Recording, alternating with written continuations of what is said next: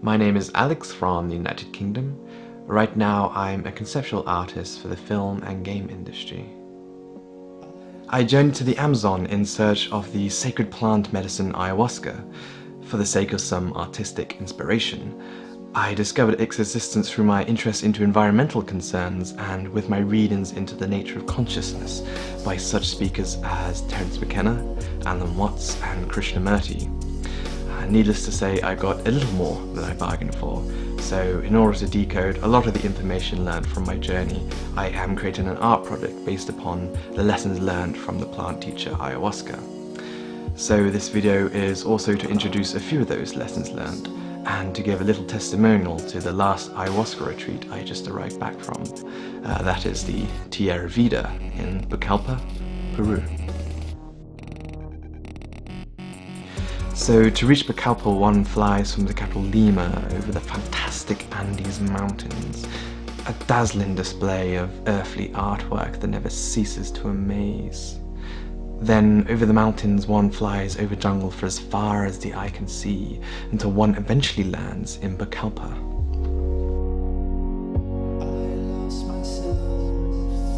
The Tierra Vida ayahuasca retreat lies around a 20-minute boat ride downriver from the main docks, just outside the bustle of the main town and into a deep nature environment.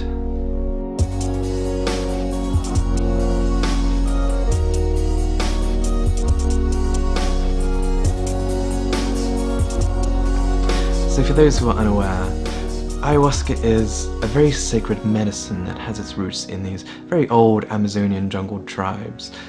It is an incredibly powerful psychedelic substance which grants the user the ability to look deep within their own mind to such a great extent not usually available to you. It is created via the mixing of two jungle plants in one drinkable brew, the first being the Banisteriopsis carpi vine, which contains the hamala alkaloids, and the second being the Psychotria viridis or trichruna leaves containing the very powerful N-dimethyltryptamine molecule or DMT, sometimes referred to as the spirit molecule. If orally ingested, DMT is broken down by gut enzymes and is not active, which is where the hamala alkaloids from the Banisteriopsis carpi vine come in, as they serve to inhibit these enzymes, thereby allowing DMT to become active and the extraordinary occurrence within the human mind can unfold. Our language has polluted the perception of these devices by brushing them under the umbrella of the term drugs, which as a word holds within it many undesirable preconceptions that are simply not true.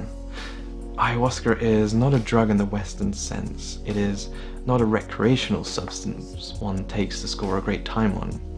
There is a certain amount of dread involved in taking it, and that's not just because of the incredibly foul taste. The experience itself is quite an ordeal. Properly used, ayahuasca can open up parts of yourself not usually available to you. The ayahuasca seemed to access memories I buried deep within me, and brought about other memories and experiences in new light. Taking a substance like ayahuasca is like looking into the clearest mirror imaginable, where you will gain a new perspective on life and see what you have never seen before, how you really are. These devices have also been labelled with the term hallucinogen, which is another rather misinformed term for the ayahuasca. A hallucination implies that with eyes open we perceive an object within our physical reality that is not actually there, so this is not correct and a common misconception. Yes, you do see and experience fantastic visions with eyes closed, but never imagining objects within the real world. One instead comes to see external reality with increased perception, increased clarity, just as the ayahuasca allows one to see internal memories and experiences in new light, as it will do also with the external reality. Psychedelic is a more fitting term for the ayahuasca, which translates to mind manifest, that which manifests within the mind. Professor Nicholas, who studied psilocybin, another DMT-containing substance, concluded that these substances created an increase in informational activity in those parts of the brain usually involved with consciousness. So what does this mean exactly? Well, we can look at consciousness as the transfer of information via neurons in the brain. And these substances, such as ayahuasca, work by enabling patterns of information to flow through that are not usually permitted due to the default constraints that usually operate within the human brain. Imagine, for example, a bottleneck opening within the mind and suddenly being confronted with a full wave of unrestricted information. This is why it's possible to view information from an entirely different perspective than you are used to, and is probably what is referred to when people mention the vague term higher states of consciousness. These psychedelic agents are incredibly powerful tools, and I would never advocate their use alone and unsupervised.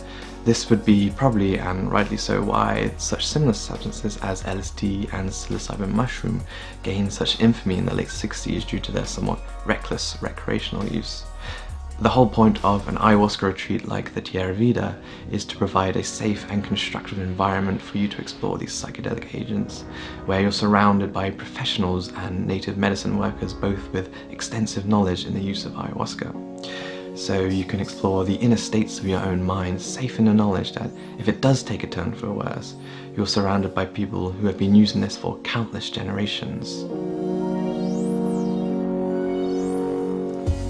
One of the great aspects of the Tierra Vida ayahuasca retreat is that they really involve you in the process of creating the brew itself. There is something a little more satisfying drinking the ayahuasca after a day watching over the brew cook. Preparing the brew, first the Banisteriopsis vine needs to be stripped of its outer bark. We do this by bashing it with a big stick. This breaks it apart and the bark easily crumbles. We then strip down the broken up pieces into thin strips, and after a couple hours and many blisters later, we have a big pile of thinly stripped vine. We then go about picking the chacruna leaves from the chacruna trees that litter the land the Tierra Vida own. The leaf and the vine are then placed in a big witch's cauldron in repeating layers, one on top of the other. This is to allow good mixing of the brew. Filling the cauldrons with water, we then begin the brewing process. Many places cook the brew for different amounts of time. The Tierra Vida cook their ayahuasca brew for around 4 days, so each day we need to chop a lot of wood to keep it going, and well, I suck at chopping wood.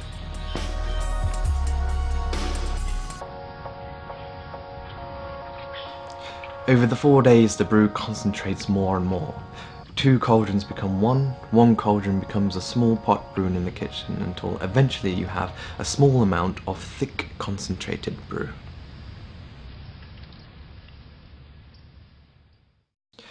So this is ayahuasca, the substance itself, a fantastic tool to better understand one's own mind. This is how we as a rational culture would understand it, but in its native jungle environment, ayahuasca has been steeped in traditional use for hundreds, perhaps even thousands of years by native Indians who, through taking ayahuasca, believe they are accessing a different plane of reality entirely, the spirit world, so to speak. And it is through the traditional use of ayahuasca in ritual ceremony that we begin to delve into this from a more mystical point of view, and ayahuasca becomes no mere substance, but dare I say, a divine healing spirit. The translation of ayahuasca, after all, being the vine of the souls.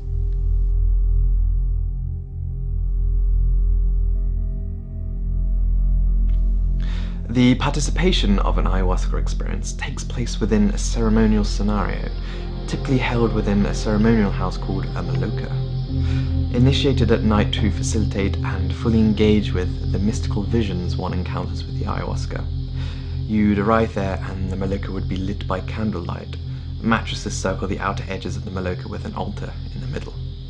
The altar housing various props that gets used throughout the ceremony for various ritual purposes: incense, sage, flower water, and the ayahuasca itself. Ceremonies are conducted by an elder, or shaman as they are known, a person who has devoted their life to working with the ayahuasca. The shaman can access ancient songs of healing called icaros, which they have learnt supposedly from these sacred plants themselves, in order to heal people in the ceremony of multitudes of problems, or to delve people deeper into the mystical experience. One of the items the shaman will use is mopacho tobacco. The mapacho supposedly acts as a kind of cleanser of bad spirits. Along with blowing the mapacho smoke around the entire maloka, the shaman will personally blow the smoke over those involved in the ceremony. The bottle of ayahuasca is then given to the shaman to bless, who sings a personal icaros into it.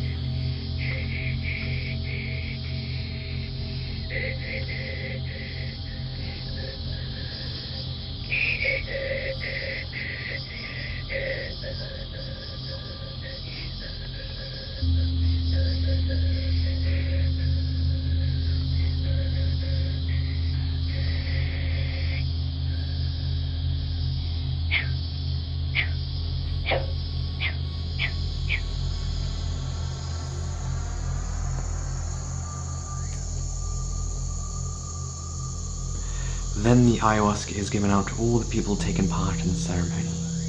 The helpers usually only take a small amount in order to keep a foot in both worlds.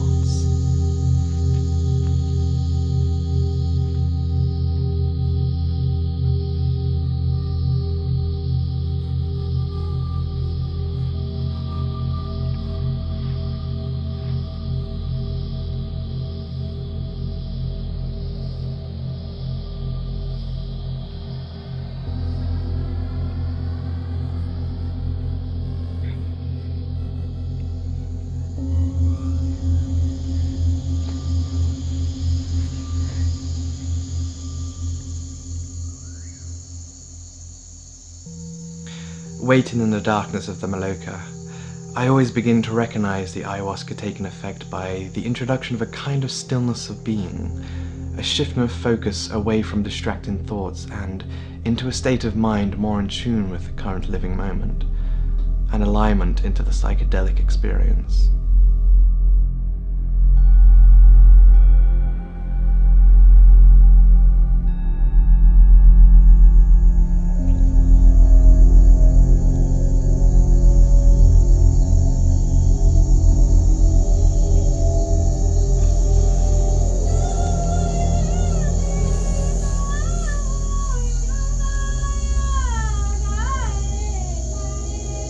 The shaman begins to sing her ancient healing icaros, learned from the ayahuasca.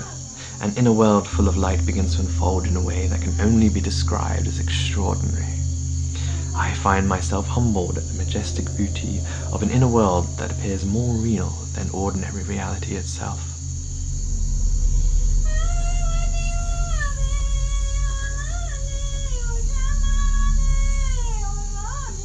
An examination of our own ego, that which we equate with being ourselves, is commonly first on the agenda for explorers new to this. An examination of the conditioning one has picked up throughout their lifetime. Religious, philosophical and political associations, fears, hopes, wants and desires, all the social conditioning you have received from culture. These will all be broken down in front of the psychedelic experience, and you will for the first time see yourself behind all these layers of your attachments. As I said before, taking ayahuasca is like looking into the clearest mirror imaginable. The ayahuasca gets under all the wiring of the conditioning that created the ego you mistook as you. Knowing this, one then often proceeds to a purgative experience. All the negative emotional baggage you've unknowingly picked up here and there and held onto all these years is purged from your very being, shed like old skin.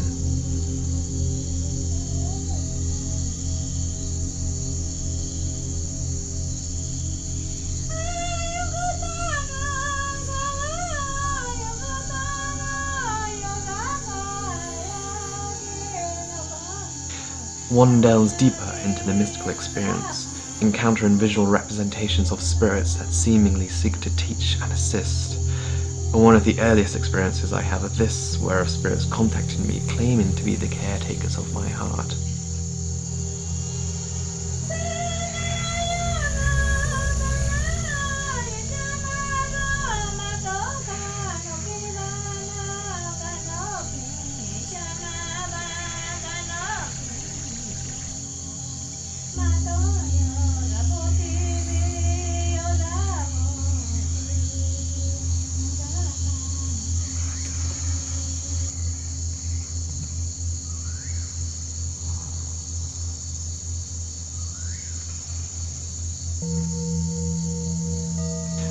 being told to take better care of my health and more in tune with the spiritual side.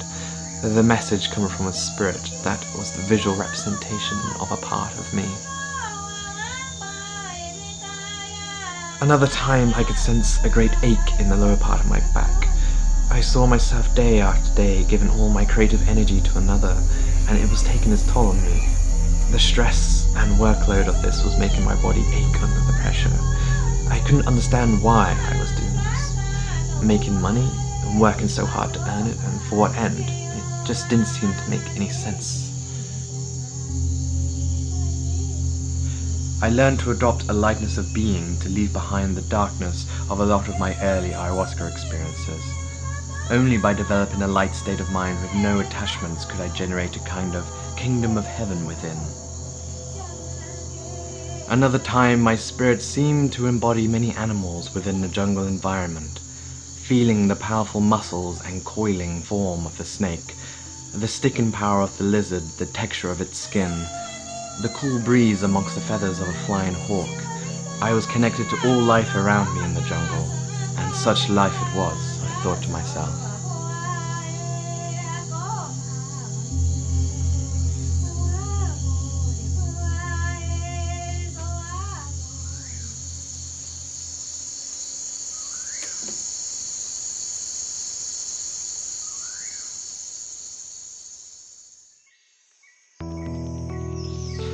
There is something very important about taking ayahuasca in a deep nature environment like this, and the Tierra Vida own a fair amount of jungle that's yet to be developed.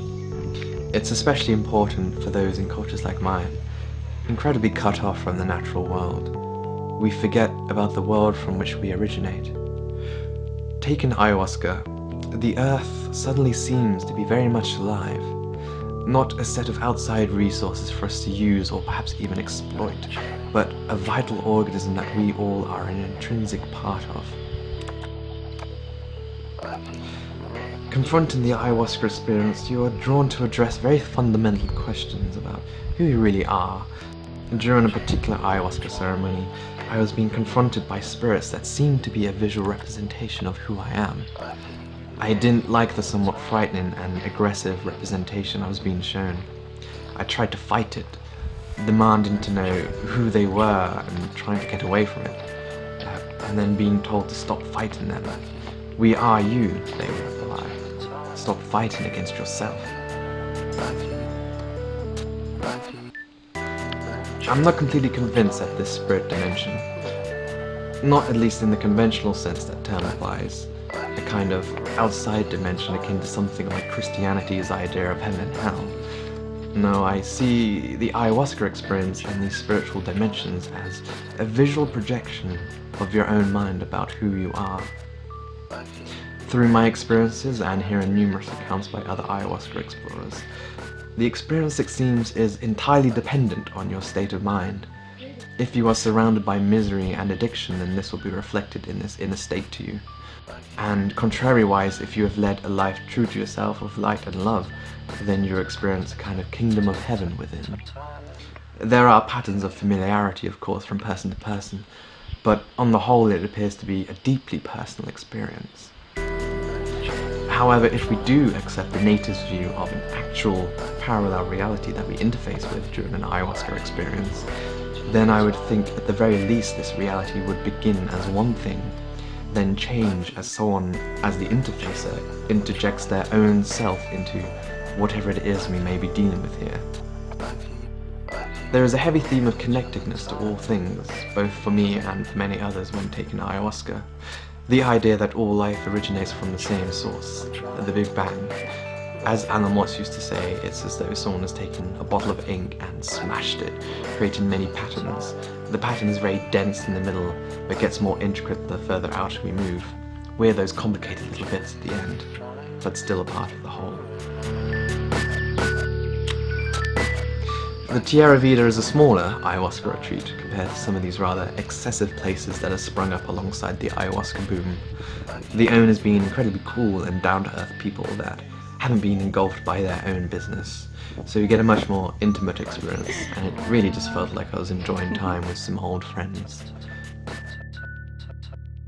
The Tierra Vida share the land with a local Shipibo family, natives intertwined with generations of ayahuasca use. They make various Shipibo arts and crafts inspired by the ayahuasca visions, and will even sew designs onto some of your existing clothes if you wish. They also often do non-permanent ink tattoos based upon the same designs.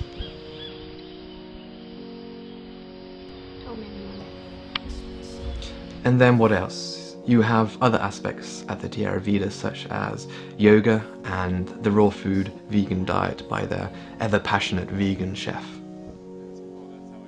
In the daytime between ayahuasca ceremonies, I would spend most of my day sketching and writing about my various ayahuasca experiences, or listening to the ayahuasca experiences of others, or perhaps just relaxing in a hammock overlooking nature. There is a small neighbouring community in the area surrounding the Tierra Vida. One place even has a little pool. A little out of place, I thought, but I begrudgingly had to admit that it was a rather welcome addition in the humid jungle environment. And of course you have the main town, a short boat ride away, to see the local scene, check up on internet, that sort of thing. It's rather jarring to be in this type of environment whilst working with the ayahuasca, with its attempts at reintegration into the heart of nature. So it's often better to stay in the quieter environment of the Tierra Vida.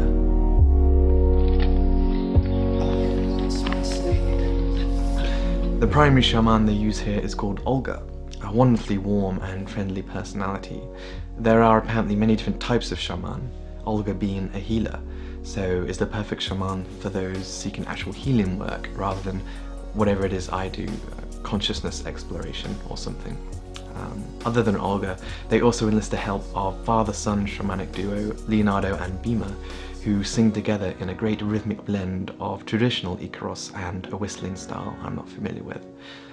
I went further than I'd ever been during that ceremony. I remember waking up on the floor of some celestial kingdom and being dragged back to reality by two figures. The next morning I find out that Leonardo and Bima were singing a personal Icaros to me in order to anchor me, as I was straying a bit too far on the other side than was perhaps recommended. I'm always surprised at how spiritual the experiences are myself. I never really thought of what I was doing as spiritual exploration. I'd always kept a bit of distance and skepticism with it, only really doing it in order to create some beautiful artwork from, as one does see and experience many beautiful things with the ayahuasca. But it seemed after each ceremony I would have to ask myself, did that really all just happen to me, or was it part of some elaborate metaphorical fantasy which I'm not supposed to take literally, only extrapolate the messages behind it to apply to my life? It's dangerous to lean too far in any one direction, but it seems the more I experience with this, the harder it is to ignore the feeling that the natives could possibly be right with this. I'd always grown up an atheist, and in as early as my second ceremony I was being shown things, almost purposefully it seemed, to question that fundamental truth. Spirit dimensions, soul companions, divine intelligence, all things I would have declared absolutely barking mad and delusional just a couple of months prior. But after a direct experience, the universe appears not only stranger than I imagined, but stranger than my ability to ever imagine, it seems. But don't get me wrong, this is far removed from any orthodox religion. What somebody taps into with the ayahuasca is both far more spiritual than atheism would admit, and far, far more peculiar than religion would ever allow. Psychedelics allow the user to tap into that most sacred part of ourselves without any intermediary religion or other authority, which is exactly as it should be. The spiritual state is within. It can't be given to you by any other outside source. So it really comes down to each individual to take this task upon themselves. I'm still fairly new to this, so I may just be completely wrong with this. I've searched many avenues of life for inspiration, and it seems what happens within the space of one's own mind during an ayahuasca experience is the most fascinating occurrence within the whole universe. And when I experienced it, I thought, this is it.